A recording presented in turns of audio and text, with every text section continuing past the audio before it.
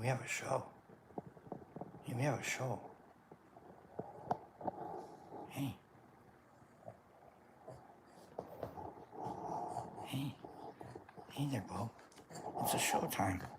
Hey there. Wake up. Wake up, pal. Wake up, pal. Wake up, pal. Wake up, pal. Good morning. Good morning, pal.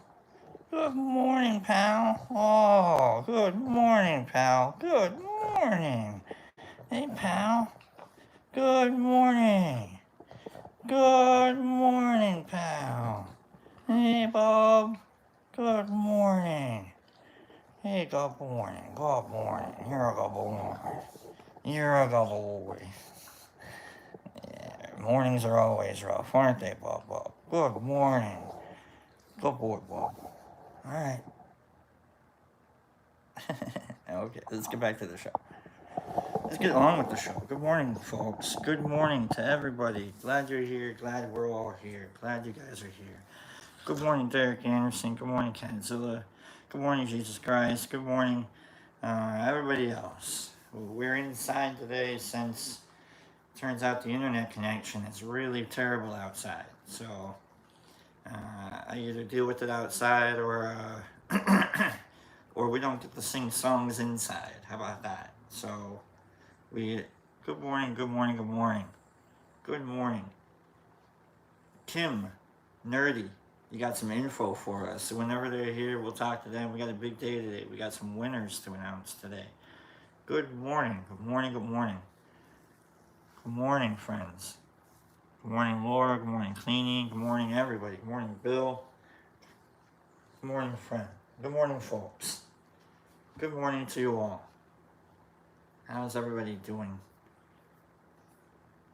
How's everybody doing? Jesus Christ, he probably does. Good morning, Waz. Good morning, Waz. Good morning, Nerd. There's Nerd. There's Nerd. Now we've got some action happening. Oh, we got Deborah Pearl running around. Good morning, Deborah Pearl. Look at her. She's like high-fiving everybody. Good morning, Outlaws. Good morning. Good morning. Good morning. It's a good Friday. It's a good Friday. I'm glad you guys are here. I don't mean like Good Friday as in religious and holidays. I mean like it's a Good Friday. Look at this guy right there. He's just sitting there. Doesn't even care. No care in the world.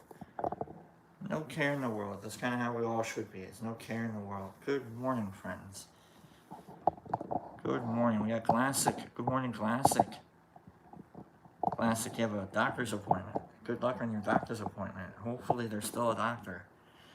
Alright, it's good to make sure that doctors are still doctors. So, is the appointment for you or for the doctor? Like, I don't know. Like, good luck. Also, when people say good luck, like, is it a gamble? Like, how much of a gamble is it at this doctor's appointment? You know, that you need luck. Like, I'm fairly certain we've whittled down a large portion of luck out of medicine. Now, when it comes to pharmacology, we're still working on that. Good luck. Like, maybe I'll see you later. Like, Classic, we'll see you soon. Have fun. How about that? Have fun. Can you really have fun at the doctor's office though? Maybe like in the waiting area with like that one little that toy that like you move the blocks around on the wires and you want to go from like one end to the other. Like who doesn't play with that? I played with that, and I never even knew that it existed when I was a kid. You know, I've been in way too many waiting rooms where I'm like, you know what? Let's just see what this is all about. You know, you start moving the blocks around the wires. You're like, wow, this is a lot of fun actually. You start rotating the blocks around. You start like, what if I put this block over here and I put this other block like over here? Is that going to affect all the other blocks? You know? Who doesn't have that? Who doesn't have that experience in their life? Anyhow, glad you guys are talking to each other. We'll let that go for a couple minutes here. Let's take a dibble dabble. Let's try and have some fun. I was thinking, good morning, Exception. I was thinking instead of singing, since we're in my room and I don't want to sing, I could do like dramatic readings of a song or two. Let me start off. Allie, what happened? The usual, Allie. Don't worry about it. We're here on a Friday. All right. Let's go with first song. First song. Let's go. I think. Yeah, here we go. Here we go. First dramatic reading. Now, I've had the time of my life. No, I never felt like this before. And yes, I swear it's the truth, and I owe it all to you. Because I've had the time of my life. And I owe it all to you. And I've been waiting for so long. Now I've finally found someone to stand by me. Okay? We saw the writing on the wall as we left this magical fantasy.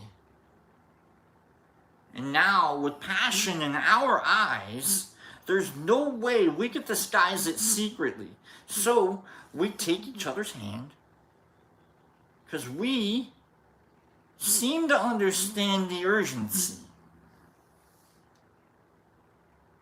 I just remember, you're the one thing I can't get enough of.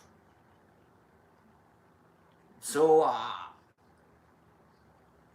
I'll tell you something. This could be love. Because I've had the time of my life. I know I've never felt this way before. Yes, I swear it's the truth. And I owe it all to you, hey baby. With my body and soul, it's a dramatic, I gotta do the whole damn song. With my body and soul, I want you more than you'll ever know. So we'll just let it go. Don't be afraid to lose control. No, yes, I know what's on your mind when you say, stay with me tonight. Stay with me. And remember, you're the one thing I can't get enough of, so I'll tell you something. This could be love, because I've had the time of my life, and no, I've never felt this way before. Yes, I swear it's the truth. And I owe it all to you. And I've had the time of my life, and I've never felt this way before. I've never felt this way before. Okay, I swear it's the truth. It's the truth. You know what I mean? And I owe it all to you. Come on now. Last one. Because I've had the time of my life, and I've never felt this way. That I've had the time of my life, and I've searched through every open door. You do it to me, baby, okay? You search me through every open... We search through open door. Why are the doors open? Lock the door. Put a lock on the door. If there's no lock on the door, close the... Use the handle. Push the door closed to make sure it stays closed. And I owe it all to you.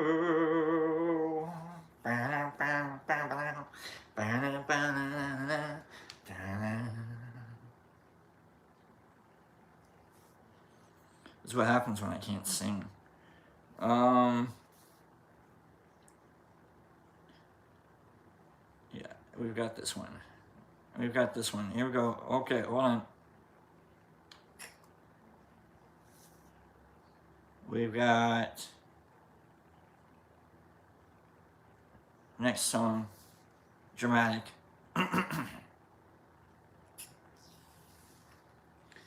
I've got sunshine on a cloudy day. When it's cold outside, I've got the month of May. And I guess you'd say, what can make me feel this way? My girl. My girl. My girl. I'm talking about my girl. You know, if you dramatically say these songs like out, like you just speak them, they like you're just like, oh my God, here we go. Sue says it's raining there today. Good for you, Sue. I've got so much honey. The bees envy me. I've got a sweeter song than the birds in the trees. Well, I guess you'd say, what can make me feel this way? My girl. My girl. My girl.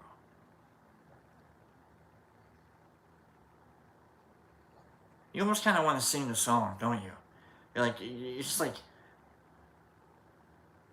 it's one of those like kind of songs where like you have to, you know, like, I've got sunshine on a cloudy day. When it's cold outside, I've got the month of May. Whoa, I guess you'd say, what can make me feel this way? My girl, my girl, my girl, talking about my girl. Right? You almost kind of want to sing the song. We're not going to, though. We're inside. Alright, let's go. Next song. That's all I got. Oh, no, that's not true. That's not true.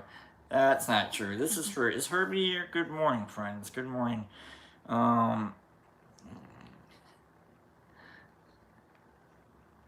Hold on. Hold on. This is for Herbie. Hold on. Yeah. Alright. This is...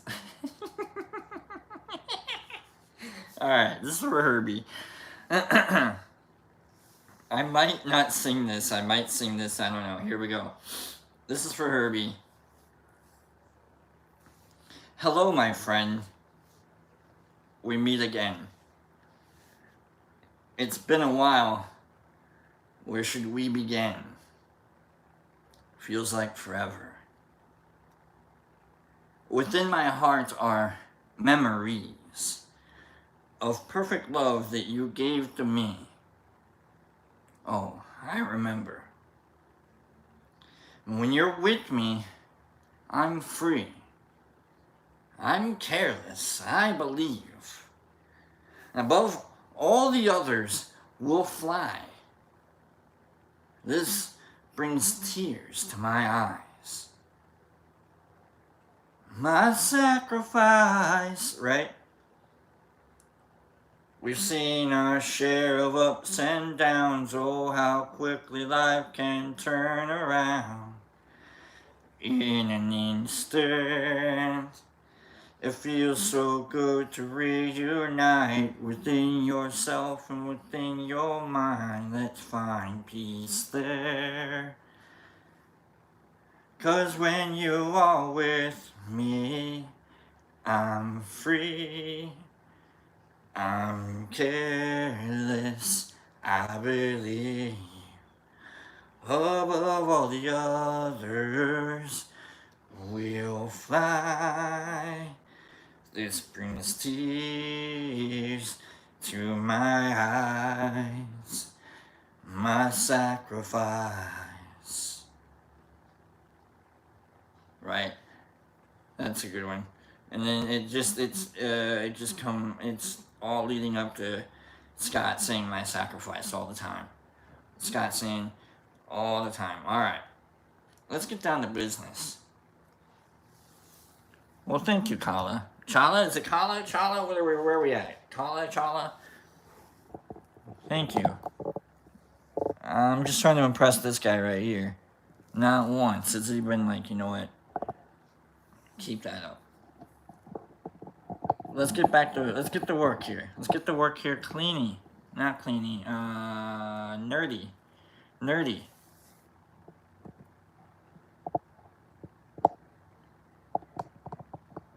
Nerdy. Where are we at, Nerdy? You here? Hey, good morning, Nerdy. Do we have a winner of our competition? Do we have a Nerdy, or do we have a winner of the, well, thanks, Kurt. Right, Waz? Right? I don't know if Waz saw the, Waz, I shared. I don't share memes, or we don't share videos on here because it's not our content. But like, there was a meme that I shared with Herbie and the Waz, and it was about the perfect way to play a Creed song, and it's through your divorced neighbor's garage door at 2 a.m. Like, that's the perfect way to play every Creed song. And I was like, this is the funniest and saddest thing ever. Like, that's the only way that it's feasible to listen to any Creed song is through your neighbor's garage door, through your newly divorced neighbor's garage door at 2 o'clock in the morning.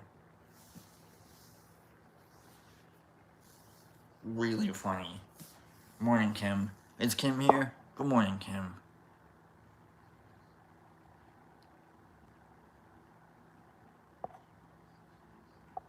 Who did?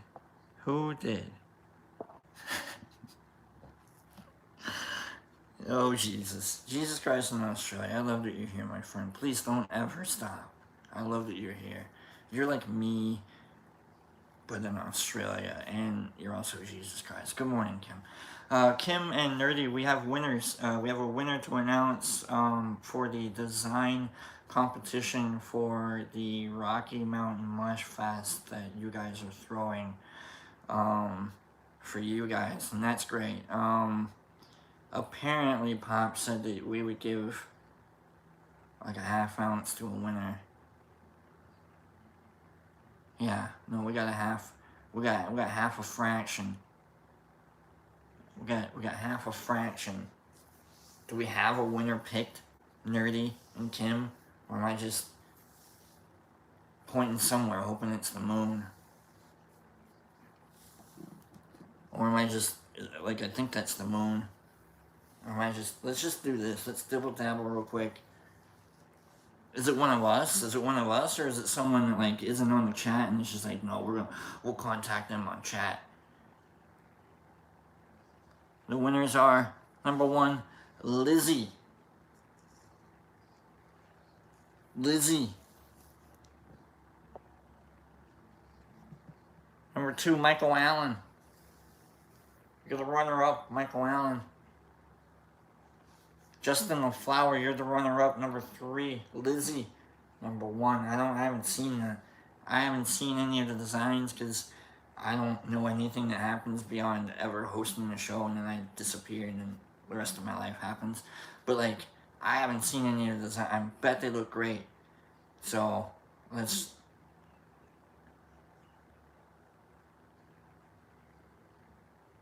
I bet they look great. Let's make sure that we. I think Niffer has an Instagram thread going on, message thread.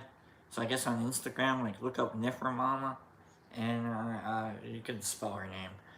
Check out the chat and check that. So check that out, and then maybe she could share the designs there, or Nerdy and Kim can share it on their pages. I'm not sure. But congratulations to Lizzie. And congratulations to being runners-up to Michael Allen and Justin LaFlower. You guys missed it by that much. Should have colored outside the lines, Justin LaFlower. I can see LaFlower. Hold on. You know what I like? I like,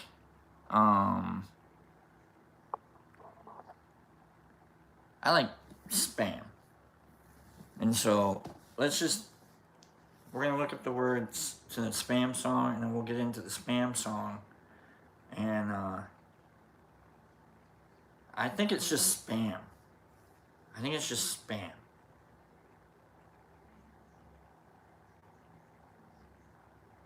Lyrics. Yeah, okay. The lyrics to the spam song. This is probably my first introduction to absurdist humor. Without Googling it, who knows who the spam song is? Who knows who did the spam song? Without Googling it, without even knowing Google, Kim says all the entries were pretty fleeky. Nerd Nature says when y'all see it, you'll know why it's the winner. Lizzie did a good job. That's what you got. That's what Kim and Nerdy are saying. Michael Allen and Justin LaFleur. Monty Python. Thank you, Bill D. But so apparently Lizzie nailed it, and Michael Allen and Justin LaFleur, you didn't. She apparently just had it like done. Like, all right, we're done. Rocky Mountain. Also had you at Marshmallows. All right. Bill D. The spam song was done by Monty Python, and I love absurdist humor. T-shirts, Kim says, will be available soon. Get in touch with Kim and Nerdy, and we'll see how that goes. Yeah, Joe D's. I'm talking about spam in the can. I love spam. Spam! Okay, so here's the song, dramatic reading of spam. Lovely spam, wonderful spam, lovely spam, wonderful spam, spam, spam, spam.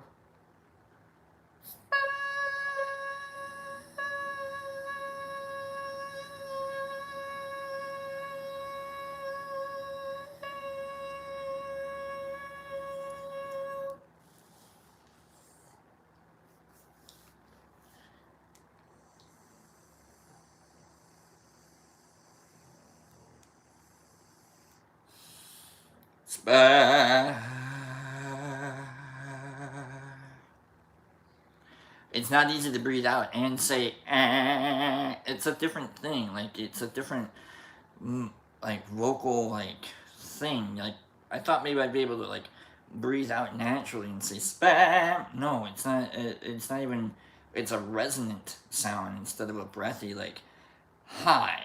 Or, you know what I mean? Like, dumb. Or, I don't know. Is that, like,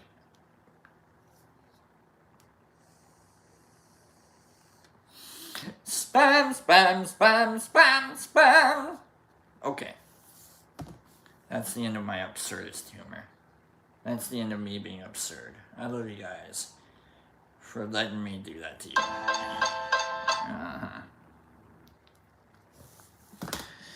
So, congrats to Lizzie. Lizzie, make sure that you, if you're here, when you see this, or if you haven't been, you've probably been contacted by Nerdy and Kim, but make sure you get a hold of Pops, and we'll give you some info on how to get a hold of him, and we'll get you a little half of a fraction. So we'll get you a half fraction of goody good, and we'll get that sent on the way.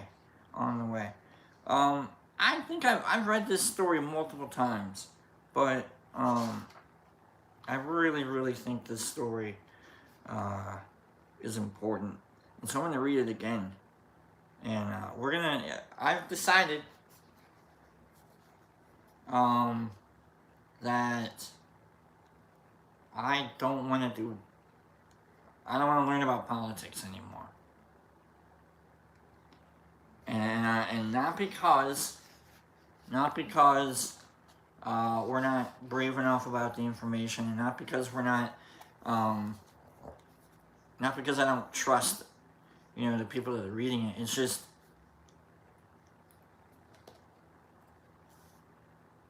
there's a lot of people that can take things in a weird way, number one, and if I'm gonna put myself in a place where I could, talk about, like, the crazy stuff like socialism or whatever, like fascism or whatever, like, and learn about it, I gotta do that in a place where, like, I can control, like, the particulars of it all, right? Like, you can't just, like, drop a socialism bomb in a show about, or whatever this is, So it's increasingly like heavier and heavier stuff that we're learning, in the political book, and especially coming down to, like, personal rights versus, like, whatever, blah blah blah, And well, thank you, Bill D. Thank you, I appreciate that, Bill. I don't hear that very often. All right, I don't hear anything, actually. I'll be honest with you. So it's good feedback. I appreciate that. When it comes to, like, I don't want to do it anymore. I just don't. I don't want to take the risk. I don't want to. I think you guys are smart enough, to go, whatever. Like, it's just not a thing I want to do. So we'll get back to reading, like, Alan Watts. So I'm gonna do a story about. We'll do the titular. I'll say the word titular, though. Good morning, Inception, by the way. I don't know if I said good morning to. From the book, we're in our reading portion, and you don't have to worry. If I've said my highs, you've said your byes. Hit the like button if you want. Congrats to Lizzie, and thank you to Kim and Nerdy. And if you haven't gone, if you are thinking about or in the area or want to go do something, hit them up and go check out Rocky Mountain Mush Fest. So a lot of fun. I'm sure they're going to put on a good show. So here we go with the rest of this show. I'll do two little bits from the book Become What You Are by Alan Watts. And yes, I will heckle, because then I'm just reading a book, and then it becomes an audio book, and I can't do that. We can't do that. So it has been said that the highest wisdom lies in detachment, or, in the words of Shuang Tzu, the perfect man employs his mind as a mirror. It grasps nothing. It refuses nothing. It receives, but does not keep. Detachment means to have neither regrets for the past nor fears for the future. To let life take its course without attempting to interfere with its movement and change, neither trying to prolong the stay of things pleasant, nor to hasten the departure of things unpleasant. So people think, like, Buddhism, where it's like, oh, it's Zen, man. It's just like, you just gotta detach from the world, man. Nothing bothers you, man. No, things can bother you. I'm sure a flame held next to a mirror heats up that mirror and deforms the mirror a little bit. So it probably would bother you a little bit to be in such chaos that could slowly but surely alter the mirror. Bother it, if you will. So you can be affected. This is just saying, like, you don't have to be affected any longer than usual, any longer than a mirror looking at something. To do this is to move in time with life, to be in perfect accord with its changing music, and this is called enlightenment. Just go with it, man. This is totally the dude right here. This is Big Lebowski territory. Life exists only at this very moment, and in this moment it is infinite and eternal, for the present moment is infinitely small. Before we can measure it, it is gone, and yet it persists forever. And it's a cute little mental trickery with words, but it's true. Every moment we have is precious, gone, gone, gone, gone, gone. All those moments gone, right? The moment saying moment, gone. Holding this book is a moment, gone. But it's precious though, isn't it? If I hold this book as a moment of holding this book, and I look down in a moment, and I see the word moment, and I read the word moment, and I read the next word is, and I mean, like whatever. Moments upon moments build to magnificent experiences. This moment and change has been called Tao by the Chinese. Yet, in fact, there is no movement. There we go. For the moment is the only reality, and there is nothing beside it in relation to which it can be said to move. Thus, it can be called at once the eternally moving and eternally resting. How can we bring ourselves into accord with this Tao? A sage has said that if we try to accord with it, we shall get away from it. But he was not altogether right, for the curious thing is that you cannot get out of accord with it, even if you want to. Though your thoughts may run into the past or the future, they cannot escape the present moment. You are where you are. You can't think your way out of a paper bag. No one has ever been able to think their way out of a paper bag. That's not even in the book. That's me saying it out loud. You can't think your way out of a paper bag.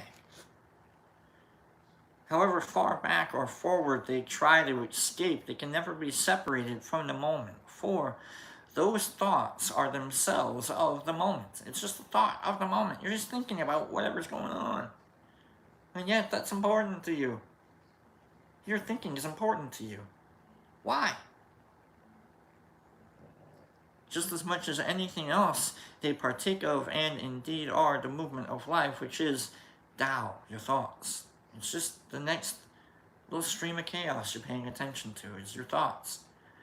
Not ants running around eating and everything. Not humans yelling at each other. No, you got your thoughts running around causing chaos in your head. Why?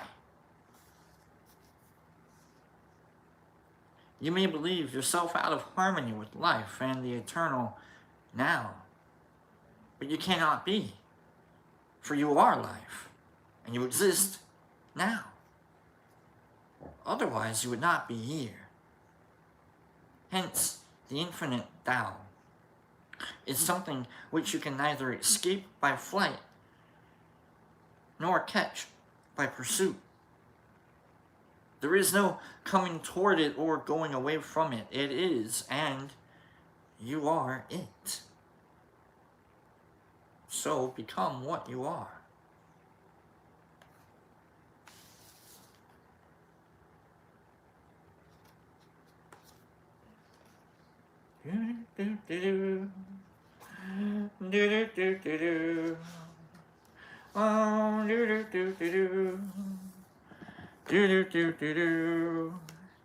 This Dibble Dabble break brought to you by Dibble and Dabble. Alright?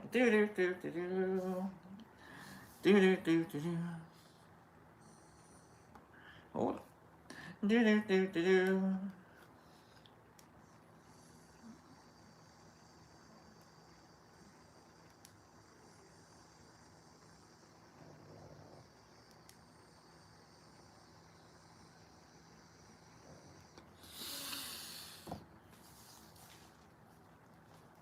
Bill D, Jesus is having a lot of fun.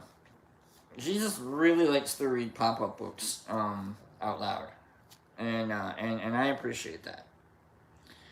Speaking of Jesus, The Finger and the Moon. This is my favorite story in this book. I've read it a couple times. I'm going to read it again today because it means something to me, and I hope it means something to you. There is an old Christian phrase, Crux Medicina Mundi. The cross, the medicine of the world. A phrase which is rather remarkable in that it suggests that religion is a medicine rather than a diet. We don't talk about religion here, it's a philosophy. I'm sneaking it in on you. The difference is, of course, that medicine is something to be taken occasionally, like penicillin. Whereas a diet is regular food. I'm on that aspirin diet. We've never heard anybody say that. I can't lose weight if I'm not doped up. I mean, you probably heard someone say that. Horribly. Humans do horrible things to their bodies. Perhaps this analogy cannot be pressed too far, since there are medicines like insulin, which some people have to take all the time. I'm on that insulin diet. Oh, I can hear that. I've heard that. You've heard that. But there is you probably haven't heard insulin diet. I'm on that diet that I have to be on because I'm also on insulin. You know, you probably, I don't know. But there is a point to the analogy. A point expressed in another Latin saying, not at all Christian, since its author was Lucretius. Tantum religio potuit suadere malorum. Too much religion is apt to encourage evil. Ooh. I am not thinking so much of the exploitation of the poor by a corrupt priesthood or of the obvious evils of zealotry and fanaticism. I am thinking, rather, of the old Buddhist metaphor of the doctrine which is like a raft for crossing a river. When you have reached the opposite shore, you do not carry the raft on your back. Leave it behind.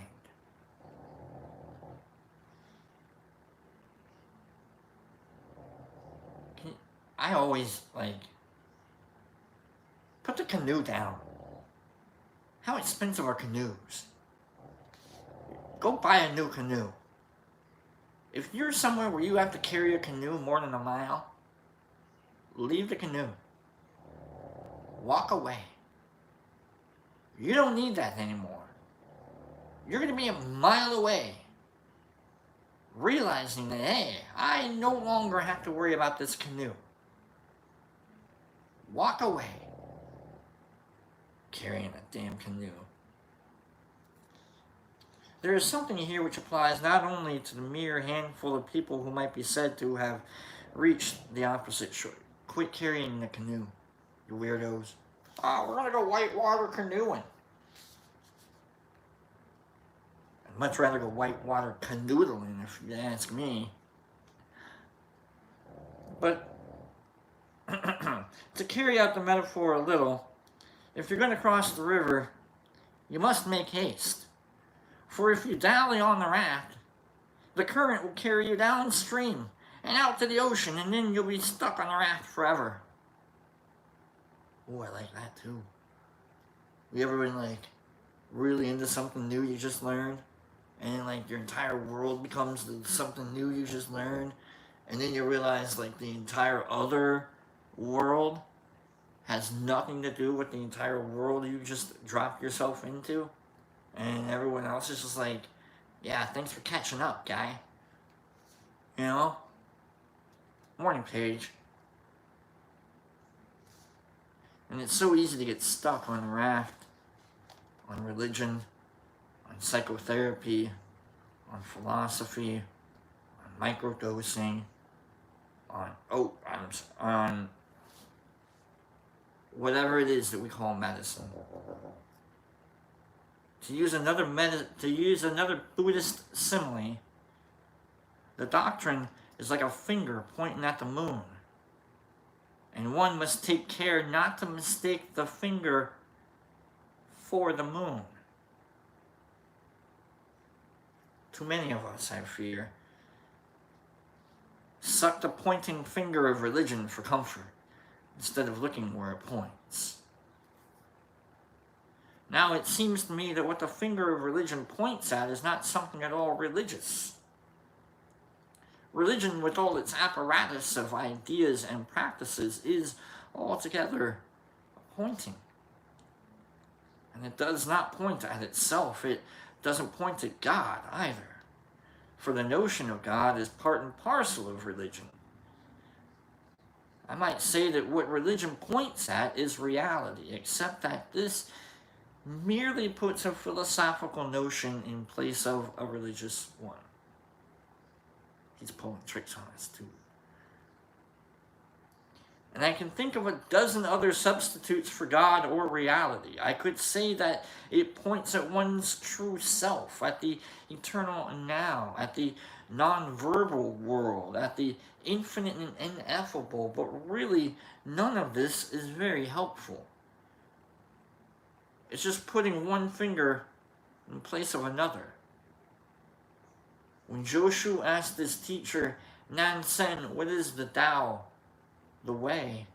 Nansen replied, your everyday mind is the Tao.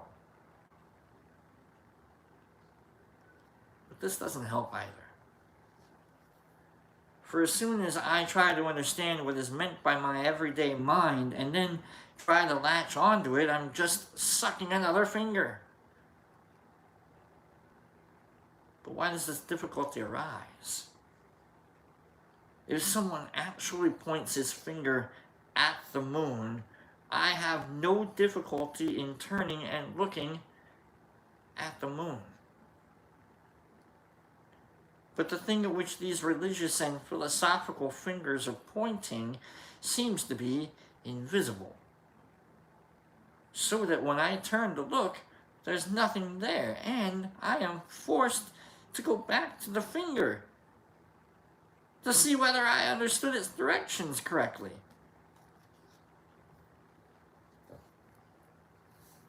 No, over there.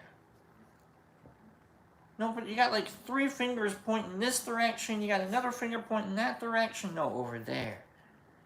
Which finger? Over there. There's nothing there. There's thoughts and there's hopes and prayers. There's thoughts and prayers over there. That's it. What? Over there. All this is equally exasperating for the person who is doing the pointing. For he wants to show me something which, to him, is so obvious that one would think any fool could see it. I've been there, haven't you? I've proselytized. I've felt the magic and tried to sell it.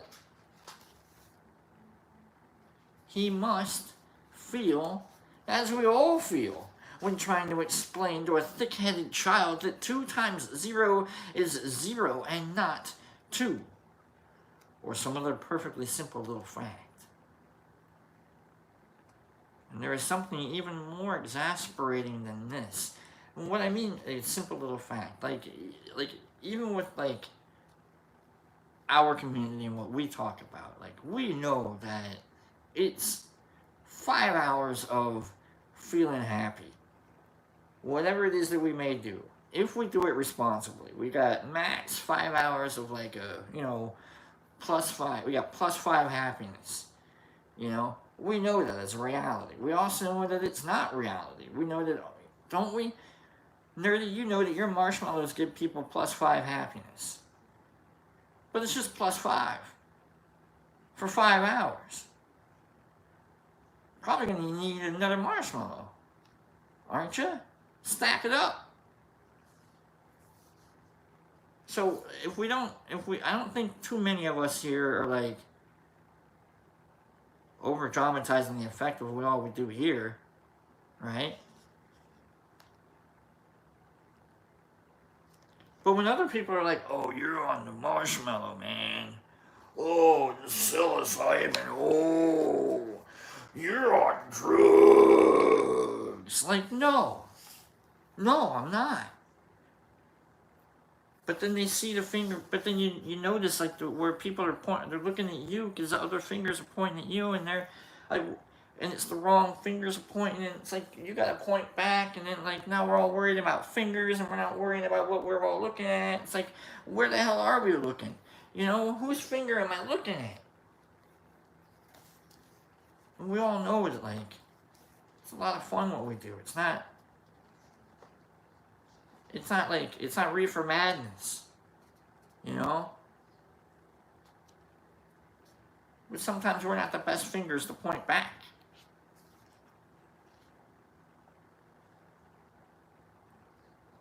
A glimpse in which you share the pointers. Here we go, okay. I am sure that many of you may, for a fleeting moment, have had one clear glimpse of what the finger was pointing at.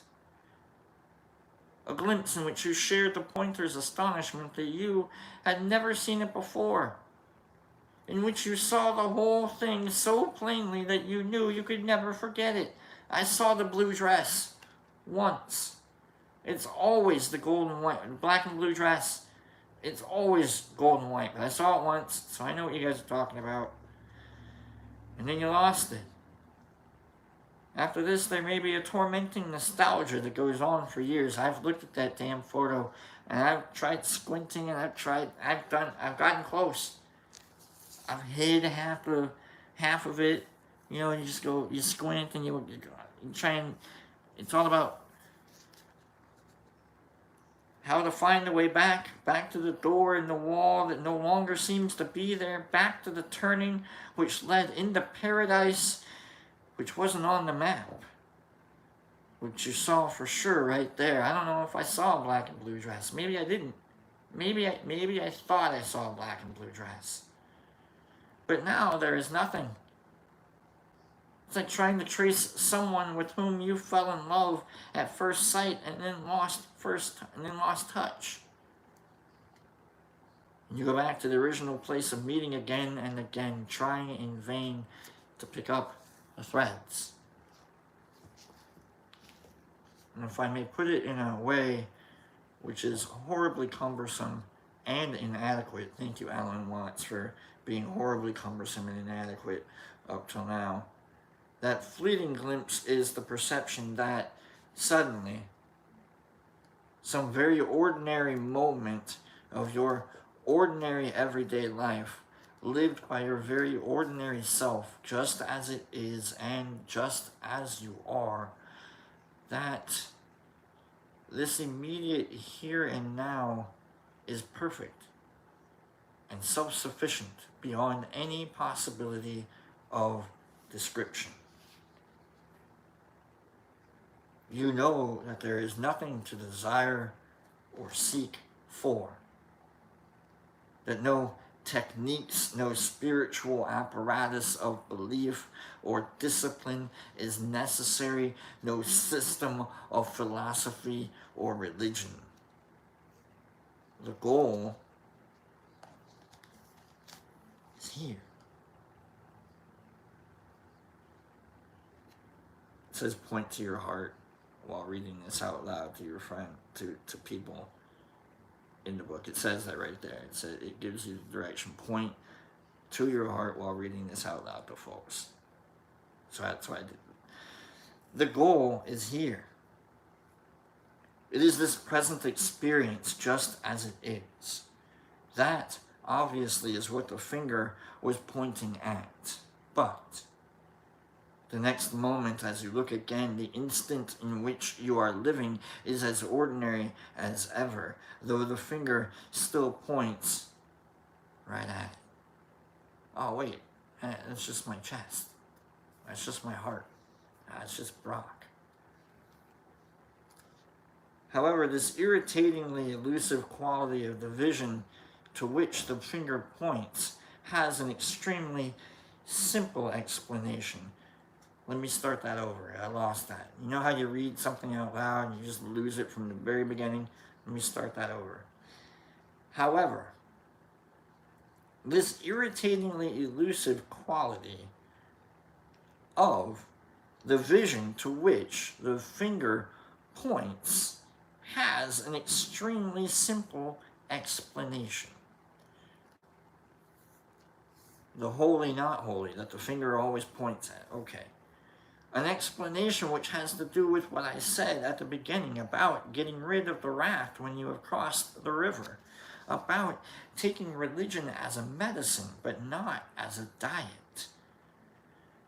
For purposes of understanding this point, we must take the raft as representing the ideas or words or other symbols whereby a religion or a philosophy expresses itself, whereby it points at the moon of reality. And as soon as you have understood the words in their plain and straightforward sense, you have already used the raft. You have reached the opposite bank of the river. All that remains now is to do what the words say. To drop the raft and go walking on the dry land. You know, it's like reading a book on how to build a house. Step 1. Go find a place to build a house. There's a lot in that step. It means you gotta go. It means you gotta go find a place instead of reading this book. You know, like there's a lot of things you gotta do instead of it. Step 1 isn't continue reading this book. I've never, in every direction you've ever received from a book, step 1 has never been continue reading this book. Step 2. You know what I mean? Never. Even Alcoholics Anonymous has a book. And in the very last, it's called the Big Book. It's like 162 pages. I don't know, 164 if you get the right version. I don't know. But in the back of the book, people think that like the AA Big Book or whatever is some religious tome, and it's not. In the back of that book, it says, we realize that this book is but a chip. It's but a chip of an idea. You either take these and go. Go help. You've been helped, now go help. Go. Get out of here. There are 12, in most self-help groups, first step isn't continue looking at continue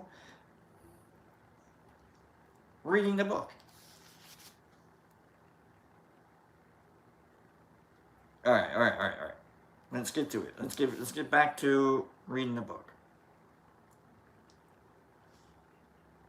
This irritatingly elusive quality of never crossed the river, we got this, and we dropped the raft. In other words, we cannot at this stage think about religion and practice it at the same time. To see the moon, you must forget the pointing finger and simply look at the moon. Because the finger's in the way. Hey, get your finger out of there, guy. Thanks. Hey, look, there's a moon. This is why all the great Asian philosophies begin with the practice of concentration. That is, of attentive looking. It is as if to say, if you want to know what reality is, you must look directly at it and see for yourself.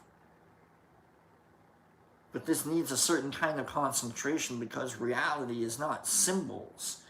It is not words and thoughts. It is not reflections and fantasies. I've read this many times, and that's like kicking my ass right now. I'm going to read that one more time. If you want to know what reality is, you must look directly at it and see for yourself. But this needs a certain kind of concentration, because reality is not symbols. It is not words, symbols. It's not your memes. It's not your brands. It's not even like the way things are written. You know what I mean? It's not the octagon of a stop sign. You know what I mean? It's not like the rectangle brown of an informational sign. You know what I mean? It's not the neon sign pointing in a direction to lead you. It's not words and thoughts.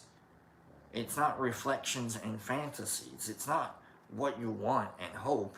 It is. Therefore, to see it clearly, your mind must be free from wandering words and from the floating fantasies of memory.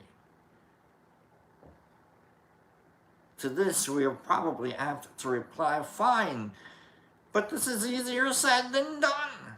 And there always seems to be a problem about translating words into actions. You're right. And this problem seems to be peculiarly rather acute when it comes to the so-called spiritual life. You're right. Being spiritual does take work. Boo-hoo. Faced with this problem, we back up and start to busy ourselves with a lot of discussion about methods, techniques, and other aids to concentration. Yeah, but what if I ring a bell? Yeah, but what if I sit in my closet? Yeah, but what if I just scream while I'm taking a shower? Whatever.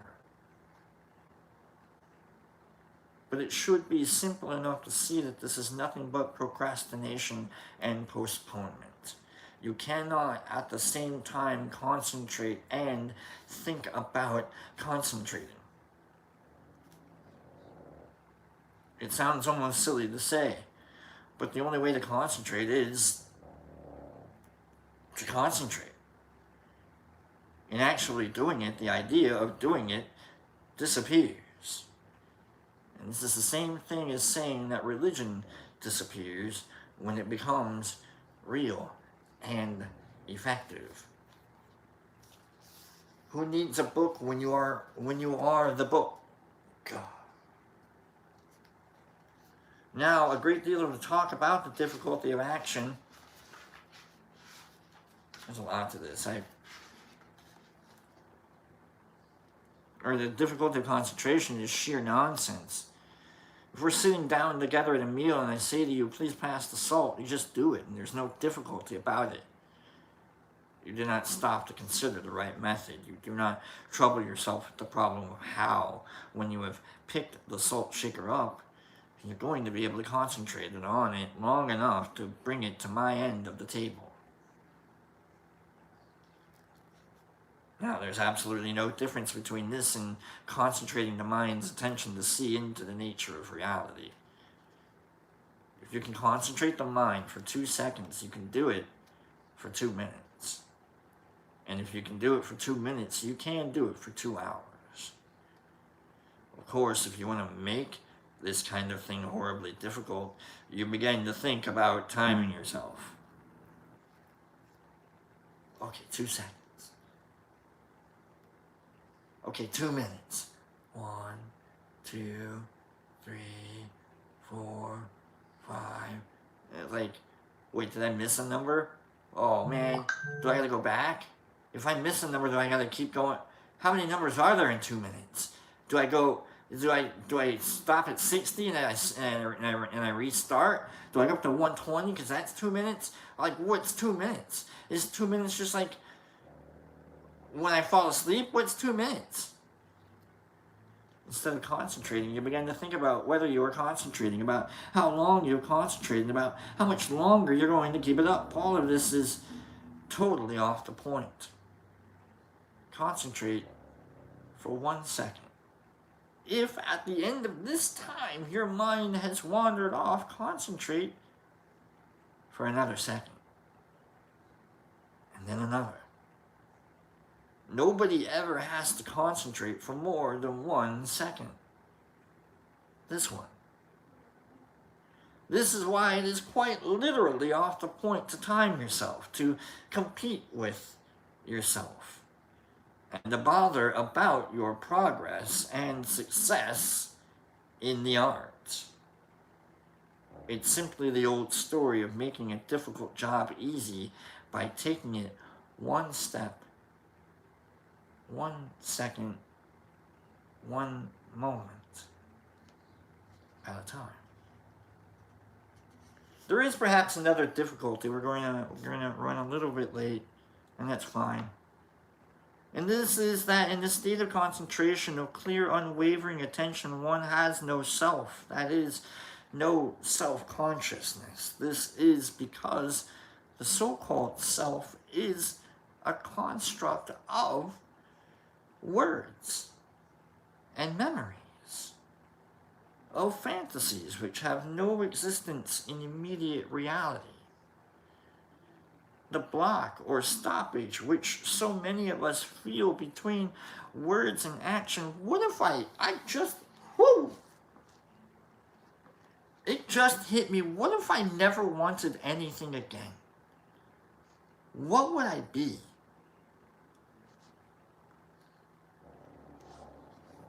That just like, what if I never wanted anything again? Alright. We want to enjoy ourselves and fear that if we forget ourselves, there will be no enjoyment, no an entertainment without anyone present to be entertained. This is why self-consciousness is a constant inhibition of creative action, a kind of chronic self-frustration, such that civilizations which suffer from an overdose of it go raving mad, invent atom bombs, and blow themselves up. Self-consciousness is a stoppage because it is like interrupting a song after every note so as to listen to the echo, and then feeling irritated because of the loss of rhythm. So instead of singing Amazing Grace, instead you're going, wait, so there's the, alright, does that sound right? Like, am I breathing right with the may? And like, is it resonate? Can you hear it? Zing! Like, how many ying in the zing do I really, like, great? You know, like,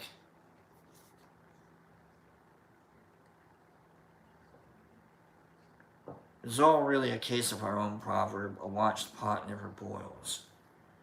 But if you try to watch your mind concentrate, it will not concentrate. Also, that's not true. A watched pot will boil.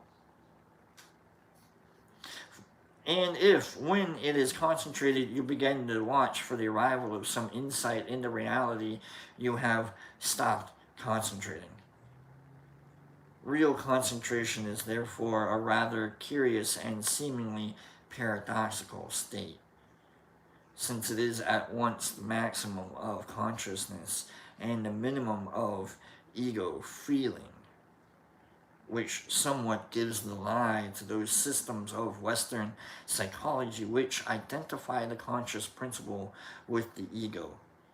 Similarly, it is the maximum of mental activity or efficiency and the minimum of mental purposiveness, since one cannot simultaneously concentrate and expect a result from concentration. I'm too busy concentrating to know why I'm concentrating.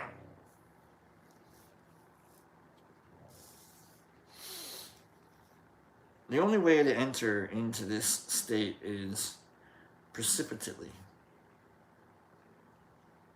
without delay or hesitation, just to do it. Just concentrate. Just drop right in. Just get into it. Just pay attention. This is why I ordinarily avoid discussion of all the various kinds of meditation techniques, such as yoga, for I am inclined to feel that for most Westerners, these are not aids but obstacles to concentration. It is not unaffected and natural for us to assume the lotus posture and go through all sorts of spiritual gymnastics. You gotta work to get into that. So many Westerners who do this kind of thing are so self-conscious about it. Seriously, have you ever tried to sit in a lotus? I would do it now, but like I don't want to knock the camera over. I would put the camera at the other side of the room, and if I tried to sit lotus, I would somehow figure out a way to knock the camera over. So I can't do it. If for the same reason I'm rather leery of too much Zen, especially when it means importing all the purely incidental apparatus of Zen, all the strictly technical formalities and all the endless and pointless discussion about who has or hasn't attained Satori, or about how many koans one has solved, or how many hours a day one sits in Zazen or meditation. This sort of thing is not Zen or yoga. It's just a fad, just religiosity, and precisely self-consciousness and affectation, rather than unself-consciousness and naturalness. If, however, you can really do the thing itself, that is, if you can learn to wake up and concentrate at the drop of a hat, you can take or leave the trimmings as you will. For the fear of exoticism should not prevent us from enjoying the really beautiful things which Asian culture has to offer. Chinese painting, Japanese architecture, Indian philosophy, and all the rest. But the point is that we cannot really enter into the spirit of these things at all unless, in the first place, we can acquire the special kind of relaxed concentration and clear-sightedness which is essential for their proper appreciation. Of themselves, they will not give us that capacity, which is something innate. If you have to import it, you do not have it at all. Therefore, the important thing is simply to begin anywhere, wherever you are. If you happen to be sitting, just sit. If you're smoking a pipe, just smoke it. If you're thinking out a problem, just think. But don't think and reflect unnecessarily, compulsively, from sheer force of nervous habit. In Zen, they call this having a leaky mind. Like an old barrel with open seams which cannot contain itself. Which, I think, is enough medicine for tonight. So, let's put the book away. Go look at the moon. Let's get out of here, folks. Let's scroll me out. Let's scroll out when I did that. Let's go home. Let's go home. Derek Anderson, you are awesome. Let's scroll out. Let's scroll. Bow, bow, bow. Bow, bow. Right, Rough? Rough Riders. We can Rough Rider. Okay. Anyhow. Bow, bow, bow. That's rolling on 40s. Okay, that's Luda. Luda!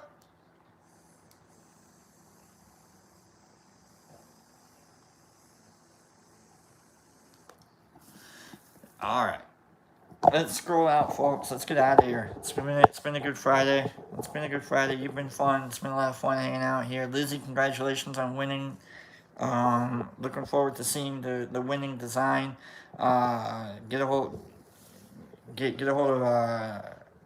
oh my God, Nerdy, Kim, or Lizzie, whatever their feeds are, maybe they'll share it or get into the Niffer IG text, whatever. Blah blah blah blah blah. I'll talk to you guys later. You guys have been a lot of fun. Thank you guys for letting me be here and do this show for you guys. And much shout out to Pops and such. I'm glad you guys are here. And thanks for letting me have this moment. So let's go. Let's start with Michael Patterson. I don't even think if maybe after the cycle. Yeah, let's start. Michael Patterson says, expect no results. Continue with the work. Accept your limitations and explore your potential. Amen, Michael Patterson. Deborah Pearl says, I posted the images for shirts on her page. Nice, on her IG page. Thank you, Deborah.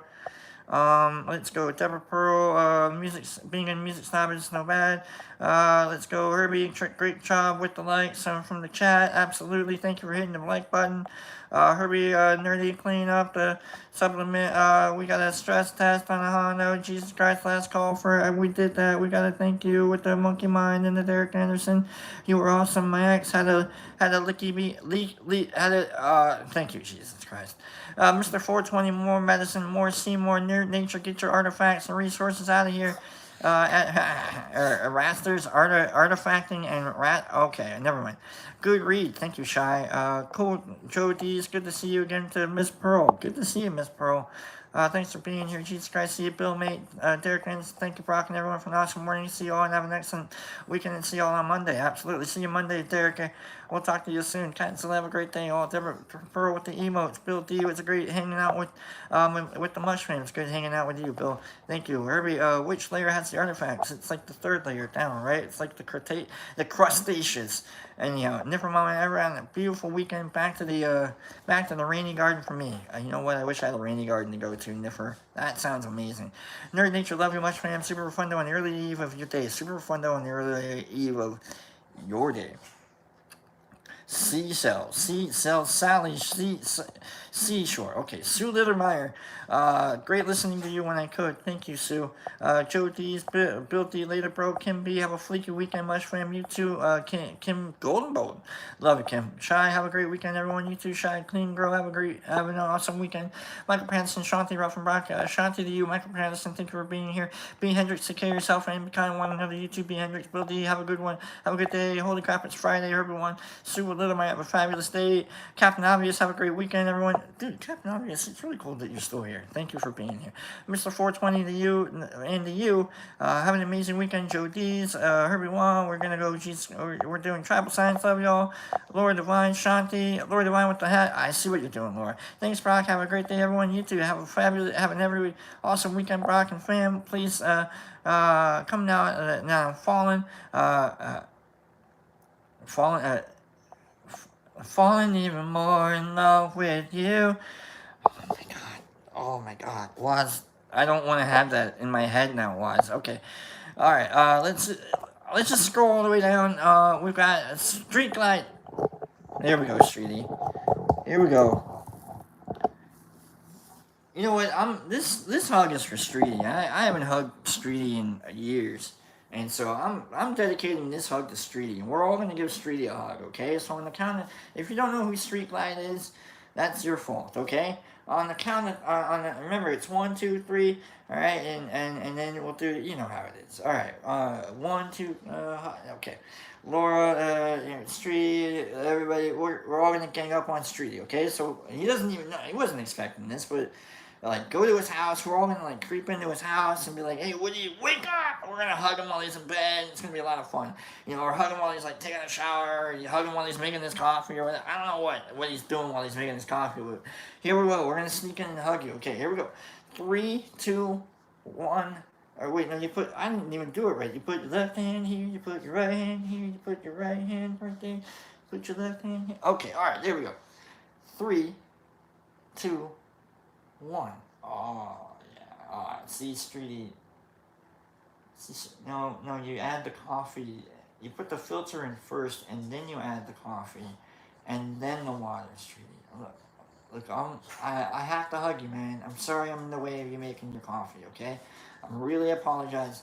All right, look, I'll let go of the arm, and then I'm just gonna have to like reattach to the torso. All right, this is a big hug. All right, we're all giving big hugs today. All right, get in the way of someone making coffee today. Give them a big hug.